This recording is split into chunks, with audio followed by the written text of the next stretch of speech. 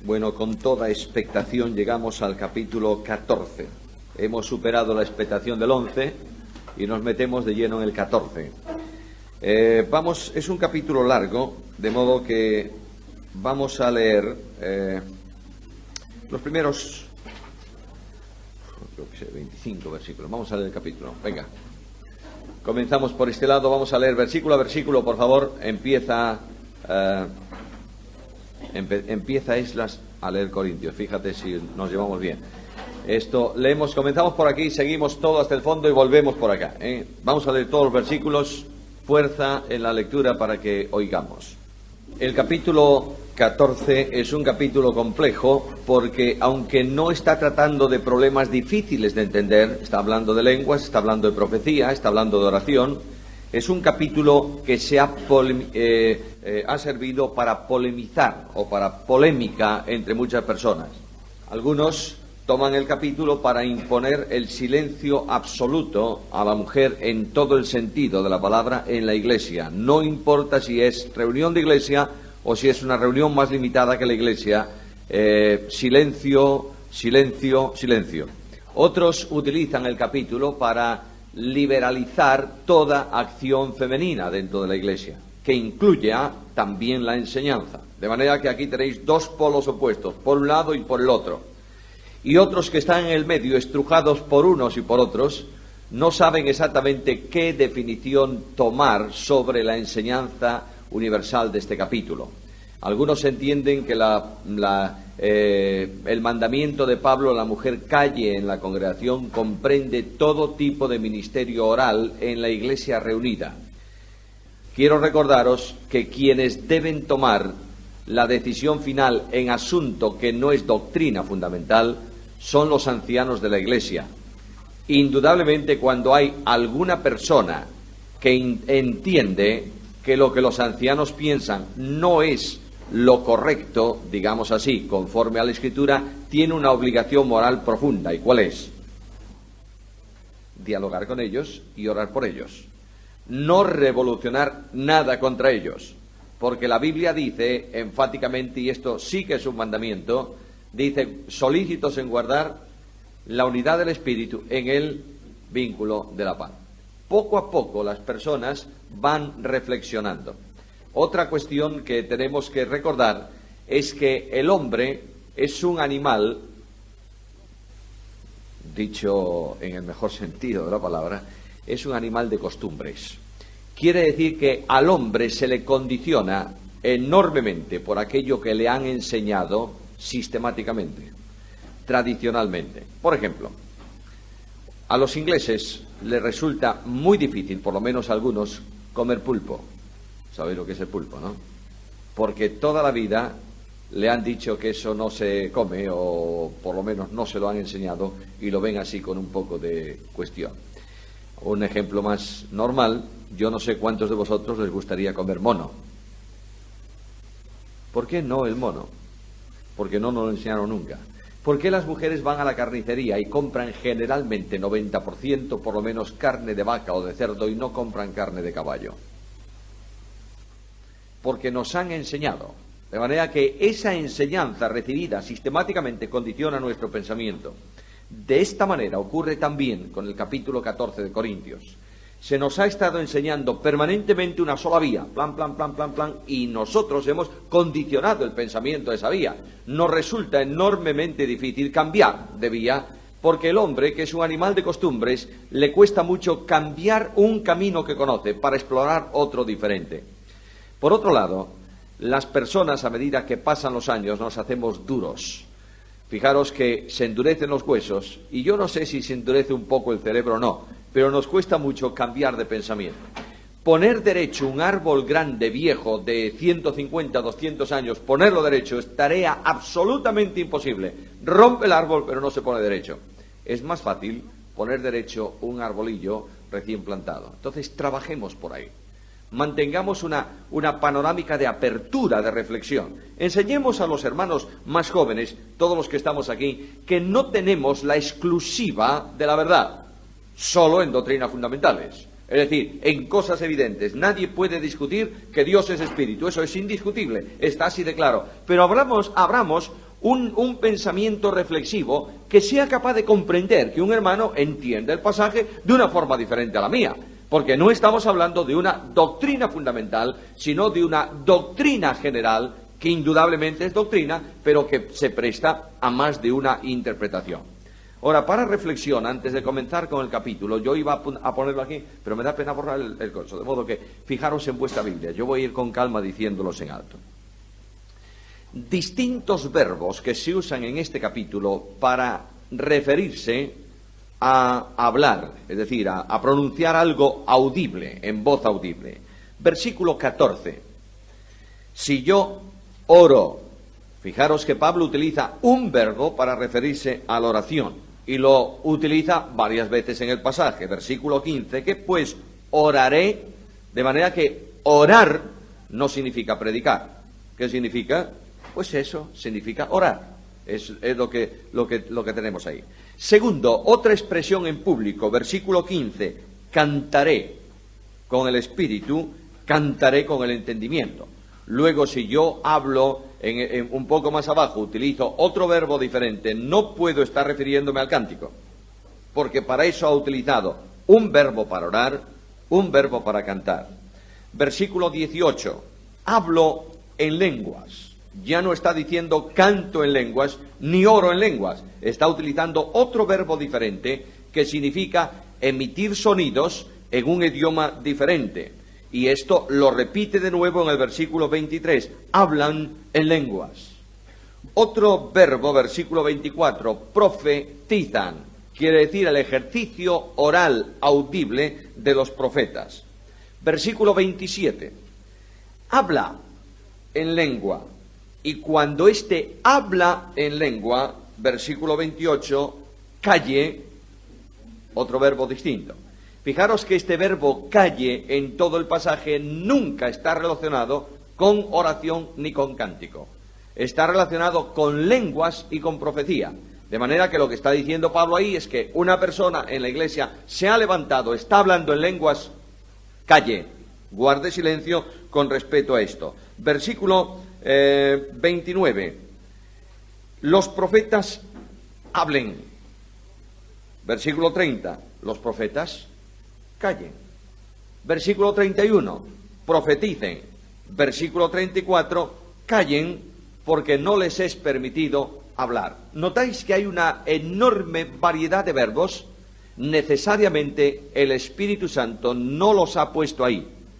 Simplemente por utilizar sinónimos. Los ha puesto con toda la precisión para que nosotros reflexionemos profundamente sobre qué cosa se puede y qué cosa no se puede. Eso del verbo poder es un verbo enormemente enfático. Hay una diferencia entre poder y deber. El poder significa simplemente que eso es inevitable. El deber significa que se puede, pero a veces no se hace. El año pasado, no sé cuándo, os contaba un ejemplo que me pasó a mí una vez en mi ciudad. Iba a Correos y siempre, no sé por qué causa, las zonas de Correos nunca hay aparcamiento para nada. Y yo llevaba un par de paquetes bastante voluminosos, fui con el automóvil y vi un huequecito que había allí, en un sitio donde había una enorme señal que ponía no solo prohibido aparcar, prohibido detenerse. Dije, bueno, es solamente llevarlo, y entré. Y cuando yo entré con el coche y me bajé, inmediatamente sentí lo que todo el mundo suele sentir en esas ocasiones, un pitido, y viene un policía. Policía que además, para mayor gloria ese día, era una dama. Y eso ya es un policía. Y con cara de lunes por la mañana, se acercó a mí y me dijo, oiga, ¿usted no sabe que no se puede aparcar ahí? Y yo la miré con una sonrisa amable y le dije, no se debe, pero se puede, porque yo aparqué. Y ella me miró y se echó a reír. Y le dije, ¿me deja, por favor, solo 2 minutos? Y dice, 2 minutos solo. Yo creo que si no le hubiera dicho eso, me hubiera echado ahí seguramente, no me hubiera dejado ni los 2 minutos siquiera. Se puede, se debe. Tenemos necesidad de analizar el pasaje desde el se debe y el se puede. ¿Entendéis? Pablo dice taxativamente en el pasaje un mandamiento: la mujer calle. analicemos qué cosa tiene que ver con todo eso. Comenzamos con el estudio del pasaje. En el capítulo anterior Pablo habló de amor y dijo, mira, ese es el camino excelente. Tenemos que caminar en el amor, vivir en el amor. Nos ha dado las dimensiones del amor, nos ha explicado lo que es el amor y ahora va a retomar de nuevo los problemas de la iglesia. El gran problema de aquella iglesia era la carencia de amor, esto está clarísimo. Pero en medio de ese gran problema hay otros problemas sumamente importantes. Los cultos oficiales de esa iglesia eran unos cultos que seguramente serían dignos de ver si pudieran ser filmados. Ahí había un enorme desorden en todo el amplio sentido de la palabra. Hombres y mujeres actuaban de una forma incorrecta en la iglesia. Las mujeres profetizaban y oraban en público sin cubrirse. Y Pablo tuvo que abordar este asunto en el capítulo 11. Los profetas tenían un enorme interés en profetizar. No uno, ni dos, ni tres, todos los que pudieran. Y los que hablaban en lenguas que posiblemente no le quedaba bastante tiempo para hacer lo que querían, pues se atropellaban unos a otros y algunos se dedicaban a hablar en lenguas durante un largo tiempo, pero nadie entendía lo que decían. De manera que Pablo va a tomar el culto oficial de la iglesia. Y esto es necesario que tengamos claro, que este capítulo no se refiere a escuelas dominicales, ni se refiere a clases de juventud, ni a retiros femeninos, ni cosas por el estilo. Se está refiriendo a una reunión oficial de la iglesia. Reunión en donde no hay ninguna escisión, es una reunión convocada específicamente para culto, donde la iglesia se reúne para varias cosas y especialmente para alabar al Señor y edificarse. Y Pablo dice, seguid en amor y procurad, y este verbo significa desead con anhelo, anhelad los mejores dones. Es verdad que nadie porque anhele un don lo va a recibir, está claro. Nadie pida al Señor, Señor, dame el don de maestro. Lo da el Espíritu Santo soberanamente a quien quiere y como quiere. Pero indudablemente nosotros podemos tener un anhelo. Y el anhelo que el creyente debe tener es disponer de los instrumentos necesarios para ser de edificación a la iglesia. Esta es la razón de los dones. Y es la causa por la que el Señor da hombres y mujeres con dones en la congregación para edificación de su pueblo. Luego, la mayor ilusión que yo debo tener es ser lo más útil posible dentro de la congregación para edificación. De manera que Pablo dice, anhelad los mejores dones, pero, sobre todo, debéis anhelar uno. ¿Cuál? Que profeticéis. Sobre todo que profeticéis. Y ahora el apóstol va a decir por qué. Porque el que habla en lenguas, y vuelvo a recordaros que lenguas aquí, como en todo el Nuevo Testamento, significa idiomas, el que habla en lenguas no habla a los hombres, sino a Dios. Es decir, está hablando al impulso del Espíritu, pero solamente entiende lo que dice él, porque el Espíritu no le comunica algo que él intelectualmente no entienda. No es una simple máquina, es una comunicación de un mensaje y una capacitación para darlo en un determinado idioma.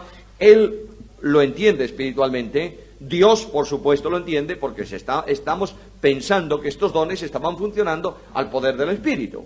Lo entiende el hombre, lo entiende Dios, pero el resto de la gente, ¿qué? No lo entiende.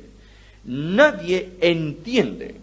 Y dice el apóstol Pablo, aunque por el Espíritu habla misterios. Es decir, está el apóstol Pablo diciendo, este hombre que está utilizando, esta mujer, que está utilizando el don de lenguas, está diciendo algo concreto. Y es probable que además esté dando un mensaje sumamente profundo. Es probable que tenga misterios, no solamente que esté dando algo concordante con la verdad de Dios, sino que sea un profeta hablando en lenguas.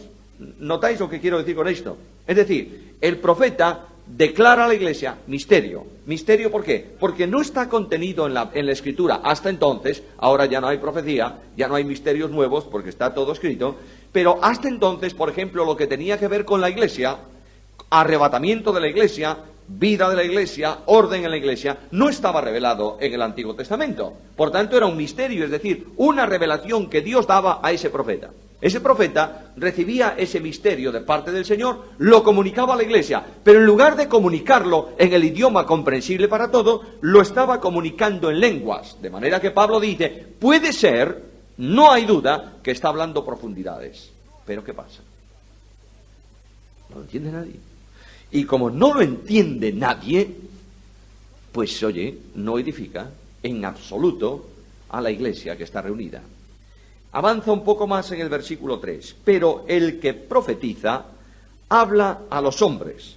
Claro, porque está refiriéndose aquí el apóstol a una profecía dada en lenguaje común, en lenguaje conocido. Habla a los hombres. ¿Y qué consecuencias trae eso? ¿Para qué habla a los hombres, por favor? Leamos el versículo. De manera que hay varias razones, o varios resultados, mejor dicho, que produce el don de profecía. Está hablando un misterio de parte del Señor, y este don de profecía, en primer lugar, edifica. Naturalmente que edifica.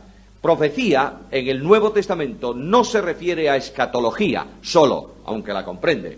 Porque Pablo, en Efesios 2, dice que la iglesia está edificada sobre apóstoles y profetas. Y en este capítulo está hablando de que Dios revela misterios. Por ejemplo, un misterio que no está en el Antiguo Testamento es la formación de un cuerpo en Cristo, que es la iglesia. No está. Si una persona está revelando ese misterio de parte del Señor y avanzando en el desarrollo de esa verdad del Nuevo Testamento, está edificando a la iglesia. Si una persona se levanta en la congregación y habla de la esperanza que tenemos en la confianza del retorno de Cristo para buscar a la iglesia, ¿está qué? Edificando a la iglesia. De manera que habla a los hombres con un propósito, edificarlos. Pero al mismo tiempo dice algo, exhortarlos. Recordad que exhortación tiene que ver con la palabra que viene a continuación, que es consolación. Exhortación es una consolación con un objetivo. El objetivo de la exhortación es ponerte al lado para animarte y alentarte para dar un paso en el camino de la vida cristiana. De manera que a Bernabé, en la iglesia apostólica, le llamaban hijo de consolación, literalmente hijo de exhortación, porque Bernabé debía andar por la iglesia animando a los creyentes. Era un hombre positivo. Exhortación y consolación. 3 objetivos clarísimos de la profecía: edificar, exhortar o conducir y consolar. No hay duda que esto es una enorme verdad. Ponía el ejemplo del arrebatamiento de la iglesia. Tengámoslo ahí porque reúne las 3 características. En primer lugar, el arrebatamiento, el tema de arrebatamiento de la iglesia edifica, sin duda. Nos va capacitando, nos va construyendo espiritualmente, va dimensionándonos, porque el que vive en esa realidad, a sí mismo se purifica, o bajo esa realidad. Nos exhorta, sí, porque como sabemos que Cristo viene, yo debo estar ocupándome en las tareas del Señor, trabajando en su obra, siendo testimonio al mundo y viviendo como si el acontecimiento se pudiera producir. Se puede producir en cualquier instante. ¿Consuela? Pues claro que sí, porque las aflicciones momentáneas que tenemos ahora producen en nosotros un cada vez más excelente y eterno peso de gloria. ¿Notáis lo que dice Pablo aquí? Dice, una persona que esté profetizando en este sentido está produciendo 3 grandes bienes, 3 grandes beneficios para la iglesia. Así que el que habla en lengua extraña, vuelvo a deciros, no sé si lo dije estos días, extraña no está en ningún original del Nuevo Testamento. Se ha metido esa palabra, bueno, mirad la Biblia de las Américas, a ver, una Biblia de las Américas por ahí, ¿qué dice ese? Es el 14.4. Fijáis que no hay extraña. Se le ha puesto ese calificativo ahí por una razón, para que los lectores que no están muy duchos en este asunto entiendan, por esa palabrita, entiendan que la lengua que el idioma que se estaba utilizando no era conocido para el auditorio. Por eso era una lengua extraña. Es como si esta mañana viniera aquí alguien y nos estuviese hablando en chino o no sé en qué. Por tanto, oiríamos que bien habla, pero no entenderíamos absolutamente nada. Oímos, pero no entendemos. El que habla en lengua se edifica ¿a quién? Quiere decir esto es muy importante. No es que el tipo está diciendo lo que no sabe. Dios no utiliza máquinas. Dios utiliza hombres. Y el hombre en sí tiene intelecto y tiene voluntad. ¿Es así? Por tanto, el Espíritu Santo comunicaba una revelación que edificaba a esa persona. Vuelvo a poneros el ejemplo, solamente a modo de ejemplo. Imagínate que se levanta una persona en la congregación para hablar sobre el arrebatamiento de la iglesia. Ella tiene claro, él tiene claro, esa persona tiene claro lo que es el arrebatamiento. Mientras está hablando sobre el arrebatamiento de la iglesia, ¿está edificándose a él o no? Sin duda. Pero si esa edificación, ese discurso que él pronuncia, lo da en un idioma que nosotros no entendemos, ¿quién es el único que queda edificado? Él. Y Pablo dice ahí, el que habla en lenguas se edifica a sí mismo, pero el que profetiza, ¿a quién edifica? A toda la iglesia. Fijaros el orden, el argumento que el apóstol Pablo está desarrollando así. Versículo 5. Así que quisiera que todos vosotros hablaseis en lengua. Ahora, ¿qué os parece esa palabra? Esa frase. Es un deseo del apóstol. ¿En qué sentido sería eso? ¿Considera acaso Pablo el don de lenguas como el mejor don dentro de la iglesia? ¿Considera Pablo que todos los creyentes que realmente son espirituales deben hablar en lenguas? ¿Qué os parece? ¿Saben idioma? Bueno, sería muy bueno. Pero como quiera que estos idiomas no son precisamente idiomas que ellos conocen, sino que es una acción especial del Espíritu Santo que le hace hablar en alemán, cuando él nunca estudió alemán. No es que el apóstol Pablo quisiera que todos los creyentes, que eso sería muy bueno, supieran todos los idiomas. Lo que está diciendo Pablo es aquí. Algunos en la iglesia en Corinto estaban diciendo, nadie habla en lenguas, eso no sirve para nada, eso no vale para nada. El don que vale es el de profecía. Y Pablo dice, no, todos los dones tienen mucha importancia. Yo quisiera que todos fueseis tan espirituales, que todos fueseis capaces de hablar en lenguas. Pero, fijaros, hay un pero. Siempre que encontréis esa palabra pero en la Biblia, como sabéis, es una advertencia seria. Debemos detenernos. Todos deben hablar en lenguas, quisiera que todos hablasen, no deben, quisiera que todos hablasen en lengua, pero, el que profetiza, ¿qué? Es más, ¿por qué? Y las lenguas también. Pero lo que ocurre es que el que profetiza no necesita ningún colaborador a su lado para el ejercicio edificante del don. El que habla en lenguas necesita alguien a su lado que interprete. Bien, volvemos al texto. El don de profecía con una sola persona llega. ¿Está claro o no? El don de lenguas necesita dos personas. Uno para que sea eficaz. Uno el que habla, otro el que interpreta. ¿Por qué? ¿Para qué propósito la iglesia reciba edificación? Ahora dice Pablo, viene a la lógica, porque en la iglesia en Corinto, la iglesia aquella era una iglesia muy semejante a la nuestra. Decía estos días que no hay peor sordo que el que no quiere oír.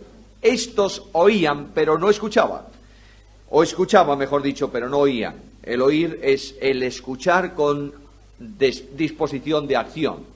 Estos oían a Pablo que decía, mira, que esto les daba lo mismo. Los tozudos de los profetas solo querían profetizar y los tozudos de los que hablaban en lenguas solo querían hablar en lenguas. Y Pablo dice, escuchadme por favor, prestad un poco de atención. Voy a poneros un ejemplo. Ahora pues, hermanos, si yo voy a vosotros hablando en lenguas, ¿qué os aprovechará?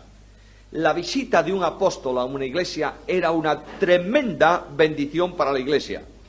Por ahí hay una cita de la carta a los romanos, a ver si la encuentro, por favor. Estamos en el versículo 6. Romanos 15, 29. Leámosla. De manera que voy a ir a vosotros y llevo conmigo, ¿qué? Bendición. La visita del apóstol a la iglesia en Corinto era una visita que me parece que debiera ser deseable. No lo era. Había un partido de oposición tremenda a Pablo, pero aquí el apóstol está diciendo, si yo voy a vosotros y hablo en lenguas extrañas, ¿para qué os vale? Está el apóstol enseña profundamente, trae la bendición del Evangelio, pero nadie entiende lo que hace. ¿Qué os aprovechará si no os hablare? Y ahora mirad las distintas formas del ministerio oral en la Iglesia. Esto es muy interesante. Si no os hablase con revelación. ¿Qué significa esto? Significa la comunicación del mensaje divino dado por el Espíritu Santo. En la Iglesia de Cristo no se puede permitir que nadie hable si no es por revelación. No por profecía, por revelación, en el sentido de que el Espíritu Santo conduzca el pensamiento del que predica. Que la persona que va a predicar tome de la revelación de Dios y exponga la revelación. En tiempos de Pablo la revelación tenía que ver con profecía. ¿Lo entendemos todos bien? Muy bien. Hoy no existe la profecía en ese sentido, pero ¿tenemos el contenido profético? Sí. Por tanto, Pablo dice a Timoteo, te encarezco delante de Dios que hables, que prediques, ¿qué cosa? La palabra. Vuelvo a lo mismo de estos días. Si hay algún problema gravísimo que estamos atravesando hoy en día en España, es que la predicación no es siempre una predicación que descansa en la revelación. Hay predicadores que suben al púlpito, toman un texto por pretexto y no hablan nada del texto. Simplemente leyeron eso como una muletilla, una puerta para entrar al púlpito. Mejor sería a veces que callasen la lectura del texto y dijesen, voy a hablar, pues hable usted. Y entonces le escuchamos, si le damos las gracias o no, al final, pero simplemente habló usted. Queremos oír la Biblia, por tanto, con revelación. Segundo, ¿qué dice? O con ciencia. Conocimiento propio de apóstol, sin duda, en este caso concreto, conocimiento del apóstol, que comunica la profundidad tremenda de las verdades reveladas. Mirad, ciencia era muy necesario para el mensaje directo de parte de Dios por medio de los apóstoles a la Iglesia. Por ejemplo, no hay nadie en el mundo que sea capaz de decir la profundidad de verdades contenidas en Filipenses 2, 5 al 11, con esa extensión de palabras. ¿Recordáis el texto? Haya pues en vosotros este sentir que hubo también en Cristo Jesús, el cual, siendo en forma de Dios, no estimó el ser igual a Dios como cosa a que aferrarse, sino que se despojó de sí mismo, tomando forma de siervo, hecho semejante a los hombres, y estando en la condición de hombre, se humilló a sí mismo, haciéndose obediente hasta la muerte y muerte de cruz, por lo cual Dios lo exaltó hasta lo sumo y le ha dado el nombre que es sobre todo nombre, para que en el nombre de Jesús se doble toda rodilla de los que están en el cielo y en la tierra y debajo de la tierra, y toda lengua confiese que Jesucristo es el Señor, para la gloria de Dios Padre. Eso es lo que dice. ¿Quién puede decir una profundidad tan grande con un número tan limitado de palabras? Nadie. Solamente aquel que está hablando con la ciencia de Dios para decir estas cosas. Veréis que cuando estudiemos este pasaje en esta semana, uno de estos días, no sé cuándo, vamos a necesitar un largo espacio de tiempo para interpretar lo que Pablo ha dicho con esas palabras tan breves escritas ahí. Ciencia. Además, habla con profecía. Y la profecía, como sabéis, es la manifestación del mensaje directo que Dios da al profeta para comunicar a la Iglesia. Un paréntesis aquí. Como en nuestro tiempo no tenemos profecía, algunos dicen luego esto es estéril. No es estéril en el sentido literal, interpretativo del texto, pero es positivo, es vital en el sentido aplicativo. Profecía no tenemos, no, tomémosla, está aquí en la Escritura. Ciencia la tenemos, no digamos palabras superfluas en el mensaje, concretemos lo que queremos decir. Profecía en el sentido de, o revelación, en el sentido de tomar el mensaje concreto de la Escritura. Y por último, doctrina. Si la profecía es la enseñanza del profeta, la doctrina es la enseñanza del maestro. El maestro toma la Escritura, que es doctrina, y enseña la Escritura a la congregación. Por tanto, Pablo dice, mira, yo puedo como apóstol ir a vosotros con todo esto. ¿De qué vale si lo que os digo no lo entendéis? Versículo 7. Otro ejemplo, Pablo dice, estos todavía no entendieron, ¿sabes? Vamos a seguir adelante. Otro ejemplo, versículo 7. Ciertamente las cosas inanimadas que producen sonidos, como la flauta o la cítara, si no dieren distinción de voces, ¿cómo se sabrá lo que se toca con la flauta o con la cítara? Esta mañana teníamos aquí varias cítaras modernas. Sabéis que la cítara es un instrumento muy espiritual. Porque cuando se lee en nuestra versión arpas en el cielo, casi siempre el texto habla de cítaras, de instrumentos, importa lo que, instrumentos de cuerda. Resulta que yo no he leído nunca que en el cielo haya un órgano de tubos, pero es nuestro superinstrumento. Y un armonio, eso es ya el sumum de la gloria. Y resulta que en el cielo hay guitarras. Bueno, no sé de qué forma, ni sé qué guitarras, pero es lo que pone la Biblia, ¿o no? Por tanto, quiero decir con esto de que no hay un instrumento espiritual. El espiritual es el que toca el instrumento. El instrumento es una cosa, dice Pablo, aquí lo define muy bien, es una cosa sin alma, inanimada. Podemos tocar un clarinete para bailar un rock y podemos tocar un clarinete para alabar al Señor. ¿Quién convierte la música del clarinete en positiva o negativa? El clarinetista. No sé si lo he dicho bien o no. Cuando se toca un instrumento para alabanza, para la gloria de Dios, bendito sea el instrumento. Quiero deciros con esto, no hay, bíblicamente hablando, ninguna limitación para el uso de lo que sea en la adoración, con tal de que se haga espiritualmente. Y espiritualmente solo se hace al poder del Espíritu, ¿está claro? Empastado, envuelto en una misma, todos en una misma dirección, para alabar la gloria del Señor. Y dice, vamos a ver, ¿qué ocurriría en una orquesta si no hubiera instrumentos de distinto tipo de sonido? Pues sería muy monótono. Aquí hemos tenido instrumentos esta mañana muy diferentes, pero todos suenan extraordinariamente. ¿Oísteis, distinguisteis el clarinete? ¿Distinguisteis el piano? Sí, porque producen sonidos distintos. Y Pablo dice, ¿qué sería, con este ejemplo, en una iglesia, si todo el mundo solo hablase en lengua? Pues sería, entre otras cosas, bastante aburrida la cuestión. Y además, no habría quien entendiese qué cosa se quiere decir. Segundo ejemplo, y si la trompeta da un sonido incierto, ¿quién se prepara para la batalla? Los que estuvisteis en la mili, ¿cuántos estuvisteis en la mili? A ver. Todos no, si hoy no se va a la mili, hombre. Mira tú, solamente los grandes de antaño. Bueno, esto, cuando estabais en la mili, un instrumento odiado por todos, ¿qué era? La corneta. Es que eso era, odiabas a la corneta y al corneta. Y uno de los instrumentos más odiados que la corneta todavía, pero lo que sí es verdad es que otro instrumento más odiado todavía era el cornetín de órdenes.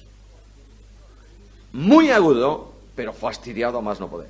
El cornetín de órdenes lo tocaba casi siempre, se toca casi siempre, cuando hay desfiles, paradas militares, etcétera, etcétera, y cuando hay un jefazo por el medio. Eso es odiado. Decidme una cosa, ¿qué pasa si cuando todo un regimiento está formado, el cornetín de órdenes toca lo que nadie entiende? Eso no funciona. Me pareció que dijeron que el cornetín tocó derecha. Y otro, no, si mandó firmes. Eso era un desmadre infinito. ¿Y qué ocurre si ese desmadre se produce en un cuartel? Pues oye, a última hora no pasa nada, todos a cocina, terminó el tema. Pero ¿qué ocurre si ese desmadre se produce en un campo de batalla? Que el cornetín de órdenes toca retirada y entienden avance, pues oye, se armó y trae un... Mira lo que dice Pablo, ¿qué ocurre si la trompeta no da sonido claro? ¿Qué pasa con la batalla? Así también vosotros, ya aplica. Puso el ejemplo de él, puso el ejemplo de los instrumentos de una orquesta, puso el ejemplo de la trompeta en la batalla, y dice, así vosotros, si por medio de vuestra forma de hablar, de la lengua, del idioma, no de la lengua órgano, del idioma que habláis, no diereis palabras comprensibles, no solo comprensibles. Hay ahí una partícula en el griego enfática que dice palabras sumamente comprensibles, es decir, algo que no se puede dejar de entender. Si no dais palabras bien comprensibles, ¿cómo se entenderá lo que decís? ¿Sabéis lo que estáis haciendo? Habláis al aire. El otro día Pablo puso la misma frase para un boxeador. Él hablaba de que él hiere su cuerpo porque un problema grave es golpear al aire. Lo que dice aquí es, mira, estáis haciendo el mayor de los ridículos porque no habláis para nadie. Estáis dando voces al aire. Una conversación un trabajo, una edificación estéril. Y ahora Pablo viene a decirnos, no sé lo que, porque son las 11:10, a ver cómo corremos por aquí, porque hay otro capítulo esta mañana, Tantas clases de idiomas hay en el mundo, ninguno de ellos carece de significado, sin duda alguna. Tú oyes a un japonés y cuando se hablan entre dos japoneses, ¿entienden lo que dicen? Sí. Pero dice, si yo ignoro el valor de esas palabras, seré como un extranjero para el que habla y el que habla como un extranjero para mí. Una de las cosas más tremendas es ver a dos personas que no entienden el idioma de la otra tratando de entenderse. Es sumamente curioso. Entonces comienzan a levantar la voz. Y a última hora es un conjunto de berridos entre uno y otro, de gritos impresionantes, como si gritando se entendiera mejor. Si tú hablas con un sajón especialmente y te dice automáticamente, no entiendo y sigue. Muy bien, no, muy mal. Por lo pronto estos dos tienen la posibilidad de llegar a entenderse, pero aquel no. Dice, ¿qué pasa si vosotros habláis? Pues seréis como extranjeros. Pero lo curioso del texto es que dice, sois extranjeros en vuestra iglesia. ¿Os dais cuenta del versículo? Dice, si tú hablas un idioma que tu hermano no entiende, para tu hermano que está ahí sentado contigo, que lo conoces, que hablas con él en la calle, serás como un extranjero y tu hermano para ti es exactamente igual. Estamos perdiendo el tiempo, dice Pablo. Así también vosotros, versículo 11, pero si yo ignoro el valor de las palabras, seré como extranjero. Versículo 12, así también vosotros, pues que anheláis dones espirituales, procurad abundar en ellos para... Ha terminado la polémica en la iglesia con esta enseñanza de Pablo. Vosotros queréis dones. Muy bien. Ojalá tengáis todos. Y ojalá tengáis dones de lenguas. Pero lo que tenéis que tener es sentido común de usar los dones, de desear los dones que edifiquen la iglesia, no los otros. Por lo cual, el que habla en lengua, ¿qué debe hacer? Pedir en oración poder para interpretarla. Ahora el versículo tiene una lógica aplastante. Fijaros en el versículo. No dice Pablo, el que habla en lenguas o va a hablar en lenguas, pida que Dios le dé un intérprete. No. ¿Qué dice Pablo? Entonces, si él puede interpretarla, no es ilógico hablar en lenguas. ¿Estáis siguiendo el argumento del texto? Yo me levanto y voy a hablar en lenguas. Me pongo a hablar en alemán y pido, Señor, permíteme que pueda interpretar ese alemán que digo. ¿Por qué voy a decirlo en alemán? Voy a darlo en castellano o lo que sea, o en catalán, para que todos me entiendan. ¿Os dais cuenta? Los corintios trataban de hacer exhibición en el culto. Pablo dice, no exhibición, no, edificación. Ahora, bueno, dejadme un paréntesis, me permitís un paréntesis. Yo creo que en España no tanto, pero en Hispanoamérica he visto esto abundantísimamente. Eruditos que suben al púlpito y cada 25 palabras castellanas una griega. ¿Oísteis a estos alguna vez? El griego dice tal, y dicen además la palabra en griego. Y no solamente no le llega con decir la palabra en griego, sino que además se paran 3 o 4 minutos para decir cómo se debe pronunciar correctamente esa palabra. Esto lo he oído yo. Y resulta que no se da cuenta el hombre que no hay pronunciación oficial para el griego koiné, porque nadie sabe en el mundo cómo se pronunciaba. De manera que si tú quieres unir un dictongo para pronunciarlo como tradicionalmente se acuerda, si en vez de decir doulos quieres decir dulos, me parece muy correcto, coincides con el 99,9% de los eruditos griegos. Pero si se te ocurre decir doulos, que nadie te diga ¡qué burro! No, dígame cómo se pronunciaba. No podemos llegar a una conclusión porque no lo sabemos. Ahora, lo más sorprendente es que casi siempre la gente que habla en griego en el púlpito no sabe griego. Este es el gran problema. No tienen idea. Se ha perdido 4 horas sobre un libro de griego que a lo mejor tiene algún error, pero él, como no lo detecta, ahí está. Hablemos lo que entiende la congregación. Otro consejo, este no es mío, por supuesto, se lo voy a robar a Spurgeon con su permiso, ya está en el cielo, de modo que tampoco va a venir a reclamarme, Spurgeon decía a sus estudiantes: predica siempre para ovejas, porque las jirafas pueden doblar el cuello y comer la comida de la oveja. ¿Sabe lo que quería decir? No subas el nivel de exposición a una altura tan grande que solamente 4 en la iglesia lo entiendan.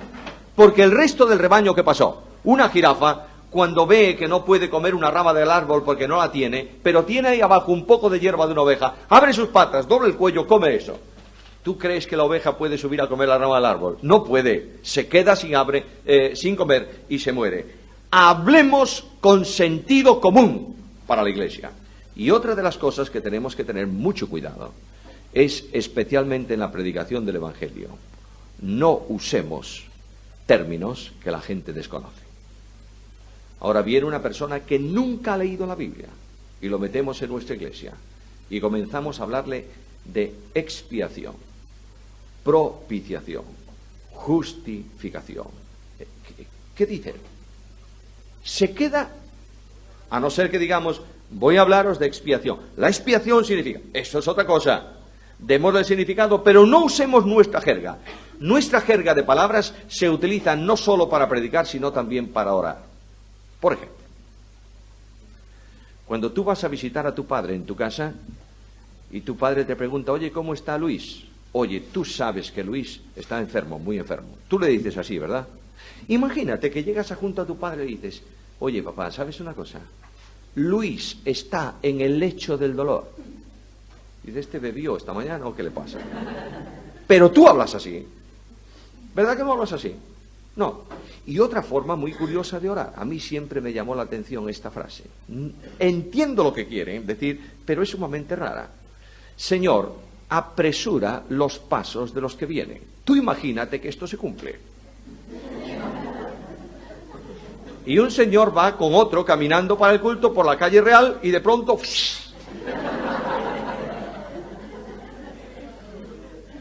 Seamos lógicos, por favor. Porque el idioma con que tenemos que hablar al Padre del Cielo es el idioma normal. Con mucha reverencia, ¿eh? Tampoco hablemos como los hippies, esto sería una desgracia, una falta de respeto. Pero quiero deciros con esto que nuestro lenguaje sea un lenguaje que edifica. ¿A quién? A todos. Ahora, el pobre de Pablo dice, bueno, versículo 14, si yo oro en lengua, ¿mi espíritu ora? Seguro que sí. Es decir, yo estoy espiritualmente en contacto, en conexión con Dios, pero mi entendimiento, ¿qué? Queda sin fruto. Porque lo que yo estoy diciendo no fructifica, no conduce a nada, especialmente a los que me rodean. ¿Qué pues? Y Pablo se formula una pregunta que debe ser respondida por aquellos en la iglesia que lo que querían era orar en lenguas, hablar en lenguas, etcétera, etcétera. Que dice, ¿qué pues? Oraré en el Espíritu, sin duda impulsado por el Espíritu, pero voy a orar también con el entendimiento. Y parece ser que las lenguas habían llegado a ciertos niveles un tanto extraños en esa iglesia, porque no solamente oraban en lenguas y hablaban en lenguas, cantaban en lenguas. Cantaré con el espíritu, pero cantaré también con el entendimiento, porque si bendices solo con el espíritu, el que ocupa el lugar de simple oyente, ¿cómo dirá qué?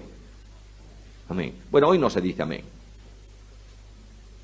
Eso es cosa de carismáticos y de pentecostales. Las asambleas deben guardar silencio al final de la oración. Triste, ¿sabéis? La gente no dice amén muchas veces porque no está en sintonía con la oración. Son meros espectadores del espectáculo religioso.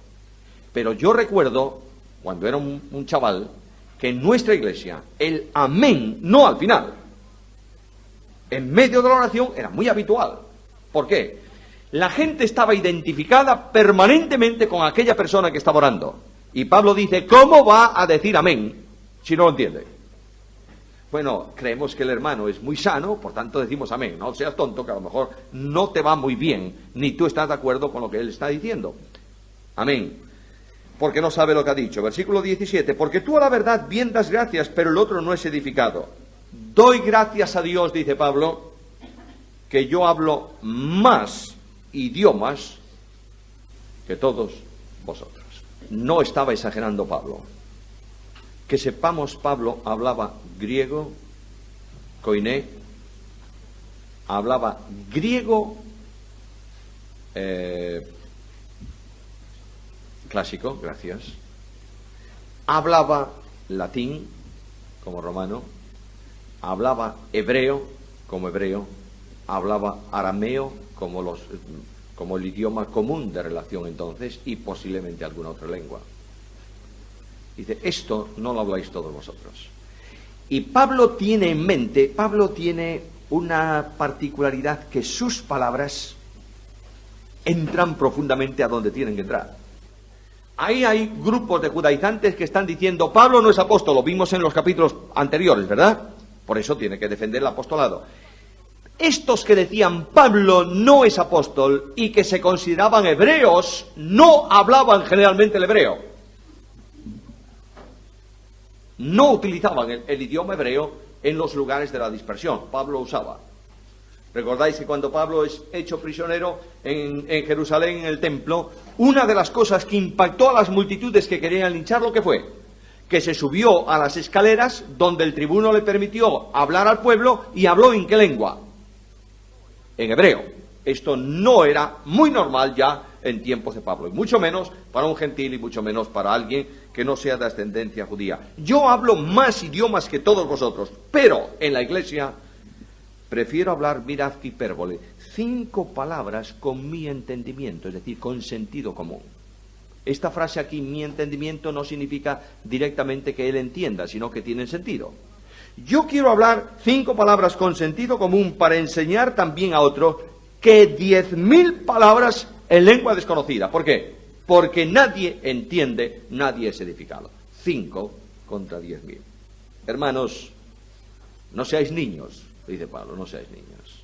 Quiero que seáis niños en malicia, pero no seáis niños en estas cosas, porque en la ley está escrito. Y ahora Pablo pasa de la argumentación lógica a la argumentación teológica sobre las lenguas. En la ley está escrita, con otras lenguas hablaré a este pueblo y ni aún así me oirán. Esto lo dijimos el otro día, lo pasamos por alto. Lenguas específicamente para Israel tiene que ver con anuncio ¿de qué? De juicio, de maldición. Así que las lenguas no son por señal, o mejor dicho, así que las lenguas son por señal. ¿Para quién? ¿Para quién?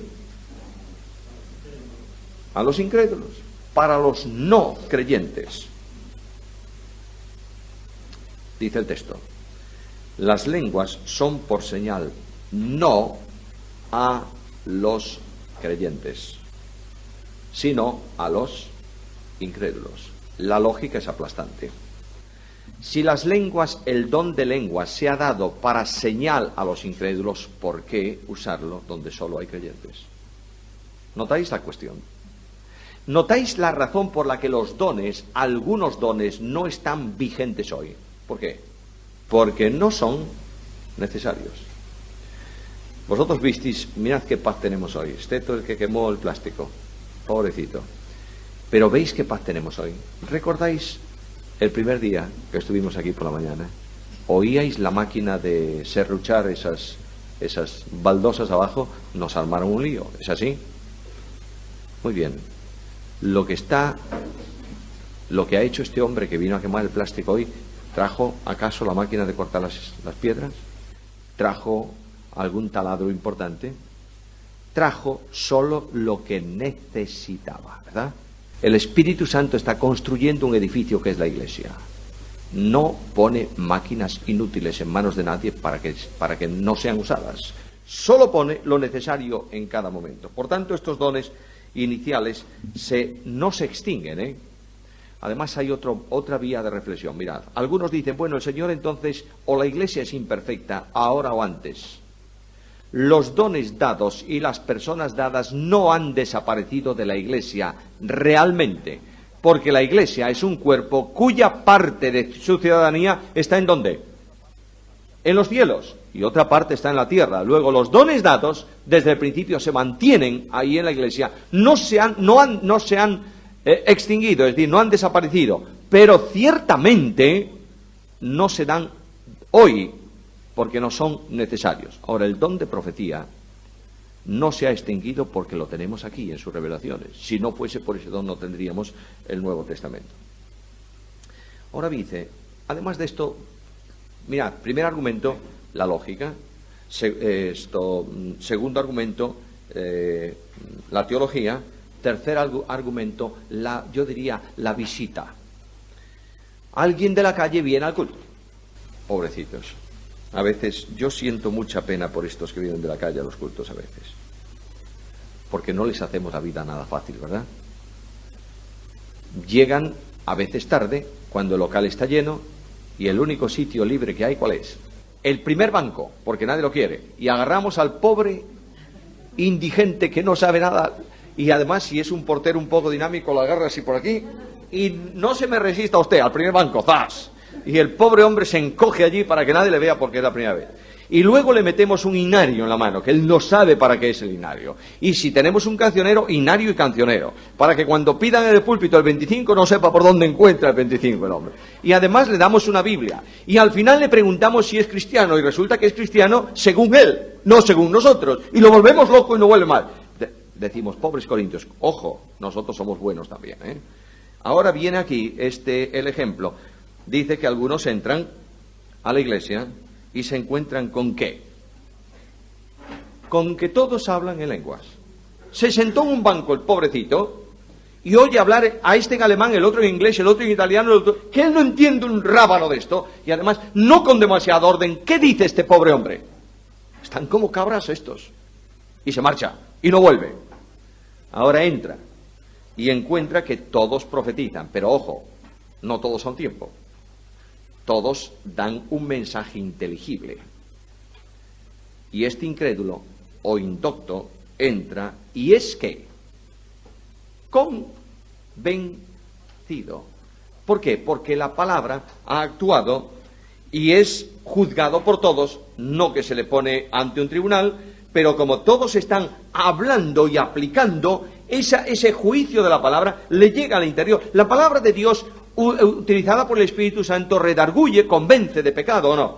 Bien, ¿y qué ocurre? Que lo oculto de su corazón, porque la palabra de Dios es viva y eficaz y discierne las intenciones, los pensamientos y las intenciones del corazón, lo oculto del corazón se hace manifiesto. ¿Y qué ocurre? Se entrega a Cristo, ¿o no? Mirad la conversión de este hombre. Postrándose sobre el rostro que hace, adora a Dios. La salvación es siempre un acto de adoración, la recepción de la salvación. Aquel pobre ciego que es curado por el Señor y echado de la sinagoga por los judíos, se encuentra con Cristo en la calle. Y el Señor le pregunta, ¿tú crees en el Hijo de Dios? ¿Y qué le dice el ciego? ¿Quién es, Señor, para que crea? Y Jesús, ¿qué le dice? Yo soy el que habla contigo. ¿Y qué hace el ciego? Creo, Señor, y le adoró. Adorar, entre otras cosas, significa la entrega incondicional que reconoce que Dios es Dios y es el Señor, y yo soy un pecador sin derecho ninguno para ser recibido a misericordia. ¿Qué es eso? Conversión. Dice Pablo, mirad la diferencia. Vosotros estáis hinchados, tan hinchados estáis que no os dais cuenta de que el testimonio vuestro, hablando en lenguas dentro de la iglesia como hacéis, no sirve para nada y es un escándalo para el mundo. Por tanto, orden lógica, señores, dice Pablo. Si no queréis atender a mi autoridad apostólica, si no tenéis interés en el argumento teológico, ni en la lógica de los hombres, por lo menos tened cuidado de lo que están diciendo de vosotros en el mundo. Os están llamando locos. ¿Qué pues, hermanos? Ahora Pablo hizo un alto. Yo quiero ponerme ahora mismo en la chaqueta. Me encantaría haber estado en la iglesia en Corinto cuando se leyó esta carta. ¿Os gustaría estar o no? Yo estaría viendo a algunos mordiéndose las uñas y diciendo, esto no hay derecho, ¿qué viene Pablo a meterse aquí, que se meta en su casa, etcétera, etcétera? ¿De verdad que diría? Seguro que sí, ¿eh? Pero Pablo dice, a ver, ¿qué estáis diciendo?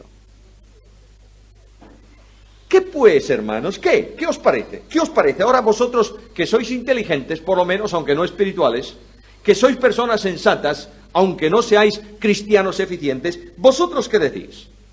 Y ahora mirad, por favor, y vamos a tomar ese texto solo, y nos vamos a tomar el café. ¿Cuándo os qué? ¿Qué significa esto de cuándo os reunís?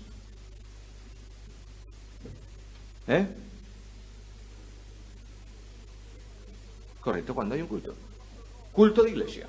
El apóstol Pablo no va a hablar de especialidades dentro de la especialidad. No, va a hablar de un culto de iglesia. Dice, vosotros os reunís. Y en este culto, qué extraño culto. Era el culto eclesial semanal de esta iglesia. No quiero decir, queridos hermanos, que la iglesia en Corinto tuviese solo un culto por semana, pero este era el culto en donde toda la iglesia venía. Las iglesias en tiempos apostólicos no tenían, que sepamos, edificios. Eso comienza después, por necesidad de acomodo, pero no tenían edificios. Los creyentes en Jerusalén, aquella enorme masa de gente se reunía en el atrio del templo. Y debía ser un impacto ver a 3.000 personas juntas, o más. Yo creo que en toda la historia los sacerdotes jamás vieron una afluencia tan grande todos los días, a la hora más impropia posible habida y por haber, 3 de la tarde. ¿Qué es esto? Bueno, cuando ya va transcurriendo un poco el tiempo, las iglesias se van reuniendo, tienen distintas casas en cada localidad, en donde se van reuniendo los creyentes. Yo no sé cuántos creyentes tendría la iglesia de Corinto, no 25, ni 100. Seguramente que era una iglesia con varios cientos de miembros.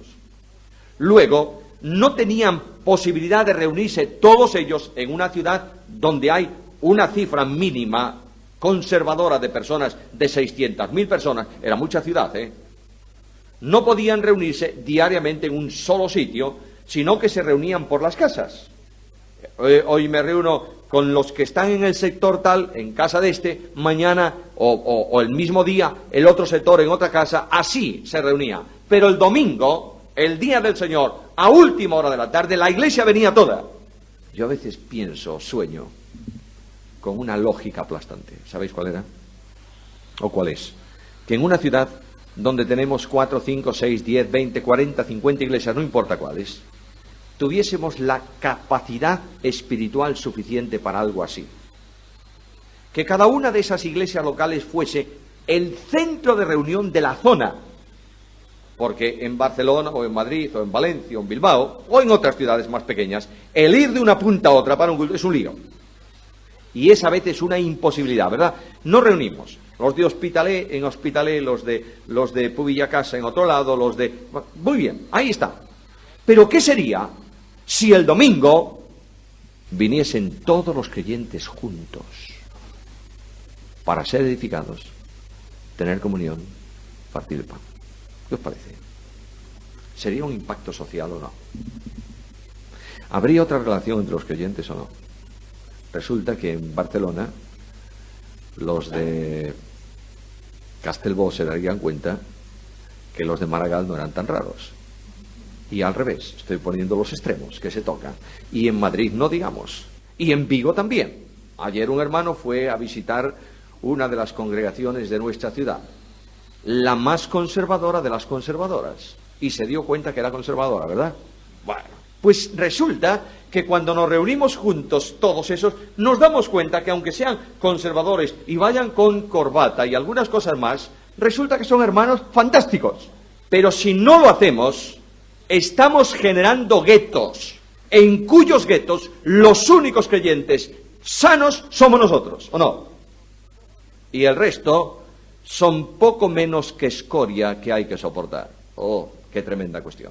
Pablo está diciendo, os está reuniendo, juntándose en uno. Y este culto era un culto muy raro, ¿sabéis? Resulta que se cantaba. Bueno, esto no es raro. Tiene salmo. Salmos, y ahí, según Pablo dice, en sus otras epístolas, Efesios, Filipenses, por ejemplo, Colosenses, resulta que había 3 himnos en la iglesia. Salmos, himnos y canciones espirituales. Lo dice Pablo. ¿Qué son los salmos? Los del salterio hebreo. Los himnos son temas con una extensión un poco mayor, con una gran base doctrinal. Por ejemplo, un himno de la Iglesia es este: grande es el misterio de la piedad, Dios fue manifestado en carne. Ese es un himno. Y luego hay cánticos espirituales que eran unas letras más chicas, que son espirituales, pero no tienen el contenido de un himno. Es decir, nuestros himnos tradicionales, nuestros himnos más modernos, nuestros coros. Ahora, lo sorprendente es que a lo largo de la historia de las asambleas de hermanos, con H mayúscula, este último nombre, y 5 minutos, se ha pensado, extendemos 5 minutos el descanso, no quiero robaros lo que es vuestro. Pensamos que los himnos acompañados de instrumentos no están en el Nuevo Testamento. ¿Lo oísteis alguna vez? ¿Sí o no? Pablo dice, cantando en vuestros corazones con salmos. El texto griego dice salmodiando. ¿Sabéis lo que significa? Todos los salmos que cantaban los hebreos tenían un tono y un instrumento, por lo menos. De manera que veis, por ejemplo, el salmo sobre, ese es el tono. Y ese tono va acompañado de una serie de instrumentos. De ahí que David dice que hay que cantar algunos de los cánticos con címbalos resonantes y címbalos de júbilo. Eso debía ser un cántico explosivo. Y otras veces dice en tono suave con el arpa. Por tanto, la iglesia primitiva tenía música en sus cánticos. Lo que ocurre es que como la iglesia no tenía una mínima organización que estaba naciente, no se dice, bueno, en la iglesia de Corinto había un Steinway de concierto y en la iglesia de Filipos había un órgano Hammond porque le gustaba un poco más la música de jazz.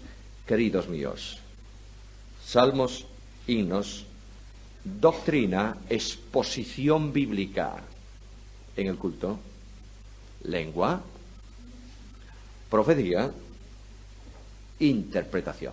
Un culto multiforma. No estamos leyendo el Nuevo Testamento. Muy bien. ¿Por qué? Porque estamos pensando que el culto solo tiene una forma. Y aquí hay un culto muy variado en forma, en donde todos pueden participar en el culto semanal de la iglesia. Muy bien, vámonos a tomar el café, por favor.